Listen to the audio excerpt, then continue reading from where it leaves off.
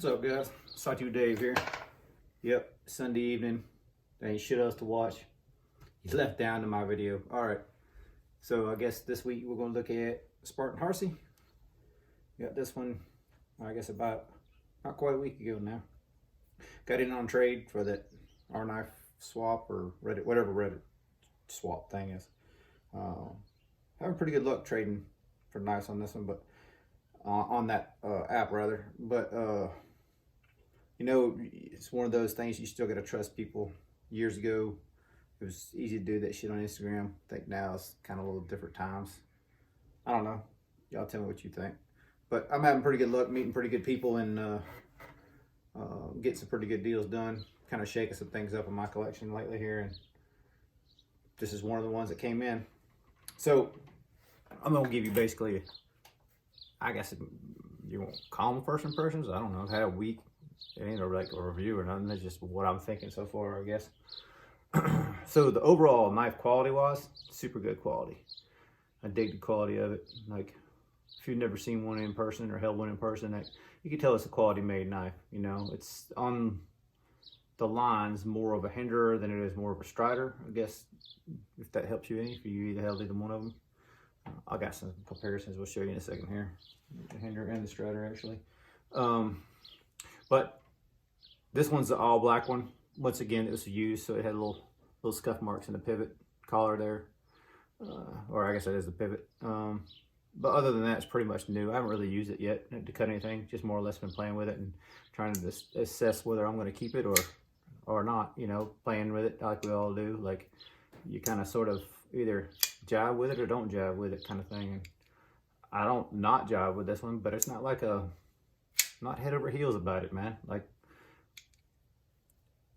I said in my last video, like, it's just smaller this dimension than I thought it was going to be. Like, for a full size knife, full length knife, which is what I like to carry most of the time, it's just thin, man. And I know most people like that shit, but I'm a dude who normally carries a sawtooth or some ridiculous the husky, you know, omble, the kickstand. Like, I carry the big guys. I like the big knives, you know, like, so kind of torn on what role this one's going to play for me in my role, in my you know, daily carrier, whatever, pocket man jewelry, whatever you want to call it. Like, it's just one of those, I don't know, like, I like it, but I don't know if I love it. I think when I first got it, it wasn't quite broke in yet. Had just a hair bit of lock stick. I mean, just a barely hair, but let's see if we can show the lock face. It's starting to wear now. You can start seeing more of it. When I first got it, that lock face is pretty much all black. So you could tell it wasn't used that much. And it's definitely slickened up a little bit. And I'm not going to take it apart or anything like that. But fit finish wise, everything looks pretty good. One exception I'll say to that is, so this is the stop pin on that side. And on this side, you can see it's got a little black left in it, like from the processing DSC or wherever. Like, I don't know. It was used when I got it, so I can't critique too much. But that's like the only little bitty thing I can find wrong with it. So no lock bar insert. That's why I was talking about the lock stick. There's no lock bar insert in there on the lock bar. And access to this lock, it don't suck, but it ain't as good as the hinderer. So like, when you get in here, you can get in there and get it, but you gotta kind of, there's really no, from this angle, you see there's really no cutout for it. It's maybe barely relieved, just a hair. But I don't even think that, man. Like, it's pretty damn tight, man, to get in there. And so it's not hard to disengage, but it's not easy either. Like, it's not as easy as like the hinderer. So the hinderer, so I'm just gonna bring out XM18. So it's relieved in here where it makes it easier access to the lock bar. You can just pick it up and roll it in there. You know, that's way easier for me. It's way more natural for me to do the hinderer. I like that style. But, you know, price wise, we're just a little bit above the hinderer with this one. Creating this size wise is in between the 18 and the 24. I guess I just kind of more the 24 length. But look at size wise. See, it's kind of almost smaller than the 18 even. So as far as width goes, overall, like when it's closed, when it's deployed, it's not. So animals is running around here. She got spooked for a second. So you can see it's kind of a thinner knife. It's almost the same size as the 18, but the length of a 24. So it's kind of an oddball size. And it's hard to tell, but this is kind of a slight regrind, or recurve rather. But I mean, it's just barely a recurve. Like, for a guy who normally carries a sawtooth, that's really not a recurve, in my opinion anyhow. I mean, it is, but it ain't, you know what I mean? It's running on phosphor bronze. I dig it. You know, like that part of it's kind of cool. I'm definitely a phosphor bronze thumb studs kind of guy, and the thumb studs are good. The access good to it. They're not overwhelmingly good, but they're good. You know, detent's kind of a little lackluster, but you know, I'm not a detent snob, but I mean it could be better.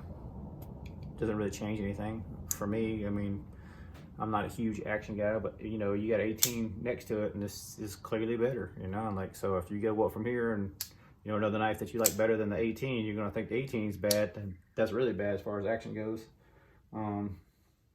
But compared to other phosphor bronze knives, like the Strider, it's an older SMF chevron scale, but it's the older one that's been Cerakoted. But this thing's butter, man. I mean, it ain't got a detent for shit. Like, this detent sucks, but it's so easy to flip.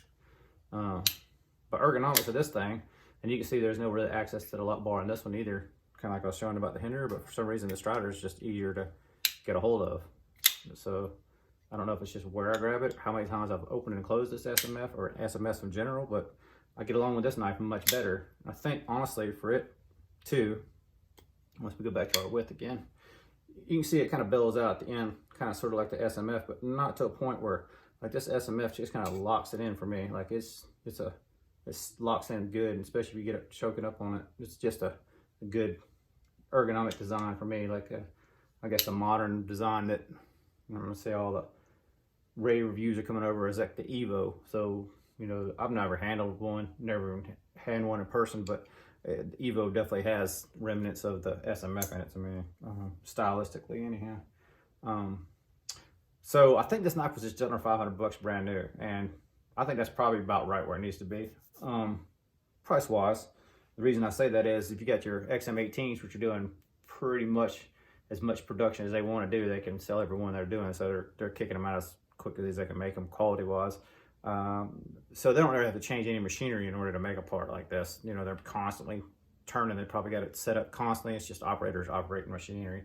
I'd imagine Spartan has a lot less production, even though they can sell them pretty much as fast as they're making them too. But I don't think they're quite to the capacity production wise that Hinder is on his. I mean, I don't know either one of them's operations, but I would imagine that they set up and break down equipment a lot more than Hinder does. Every time you set up and break down a machine, it costs you money. The spindle link turning chips ain't being made, you're losing money. So that's just the machinist thought process as far as that goes. I dig the clip on this one, but it's nothing over the top. Like it's got good retention, but not outstanding retention. Actually, retention is pretty good, but I mean, as far as like the ease of using the clip, it's not as easy. I don't think anyhow. I mean, it's probably because I've had it the longest that the SMF kills both of them, as far as I'm concerned. As far as comparing it to the XM and to the Spartan, I think that SMF is much better. But we're gonna pair those. So all those knives are, you know, I don't know what an SMF goes for now. You guys tell me. Like, I've had this for probably 8-10 years, something like that. And this is the last one I kept. I had a bunch of them at one point. I don't even know what they go for anymore. Like, I have no clue. Like, I'm just out of the loop on that one. I hadn't really checked or anything. I know the Hinder is around the 425 mark, but that's like, you know, waiting for the one that comes up that you like. Which, shout out to my buddy Jake, which is where I got this one from. He just got a couple of black ones, and I might work on him for one of those. Kind of been talking a little bit anyhow. And he might end up with this guy for us over with. Never know. So value-wise, like, so, you know, the price-wise there. So I just brought this out just for comparison, right? Because this is just a Spyderco. Granted, it's not made in America. This is the Taiwan, whatever the hell that, Taichung or whatever the hell, how you say that. But it's the tough. And the reason I brought this one out is because, you know, stock's thick, like those other guys we got here. Frame lock, built nice and beefy. Spyderco's an American company. Obviously, the knife ain't made in America, but it's 315, so it's sizably or monetarily way less than what this would be. And obviously, they're not running a ton of these, so this is also a setup and breakdown kind of thing too. But value-wise, this is a hell of a value, and this is crew wear on this one, so you're getting good steel. I forgot to say this is S45. Which I don't really have any experience with S45. I do like S30 and S35, so I'm kind of curious to see if I would like that S45, but I haven't really used it because I hadn't really decided if I'm keeping it or not. Kind of more depends on what else pops up, you know, in trade. I may let this one go. I don't know. I haven't 100% decided because this one's kind of in that same realm role as this one is. It's kind of like, I got it, now what? Because it's not really, I'm not really been carrying this one either. And I hate having knives sitting around not being carried, not in part of the collection. Because like, this thing ain't gonna be worth any more money or any more value, I guess, emotional. I don't know what you would call it to me. In 5 or 10 years, I don't know if I'm going to care about either one of those. Maybe I will, maybe I won't. I don't know. My collecting thing right now is kind of sort of gone towards mostly ZTs, as far as I don't really carry ZTs, but I like collecting them. So kind of becoming a ZT hoarder, I guess. I don't have that many of them compared to some people. I think I got like 14, 15 of them. I don't know, however many they are, which is a lot of fucking nice. I ain't gonna say it ain't, but you know, I like to collect and use. So my ZTs are mostly collection. I will take them out and carry them and stuff like that. I'm not afraid to use them, but I think I like them more from a collector point of view and less as a daily carry point of view. I don't know, my 2 cents on that one. I'm kind of rambling. But yeah, I think a lot of what Spartan does is the details. So they do a lot of the ones with the graphics and stuff on them. And I think maybe if this had graphics on it, I'd be more interested, more intrigued with the design. I don't know. And I may end up just doing that. I may end up getting one that's got more of the bling bling stuff on it. That way if it's sitting in the safe, I can just justify it as safe jewelry, man jewelry, however you want to call it, and keeping it around.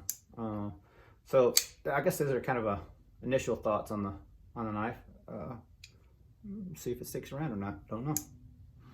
All right, well, y'all was bored enough to watch this shit, so this is what you got. All right then, so y'all take it easy.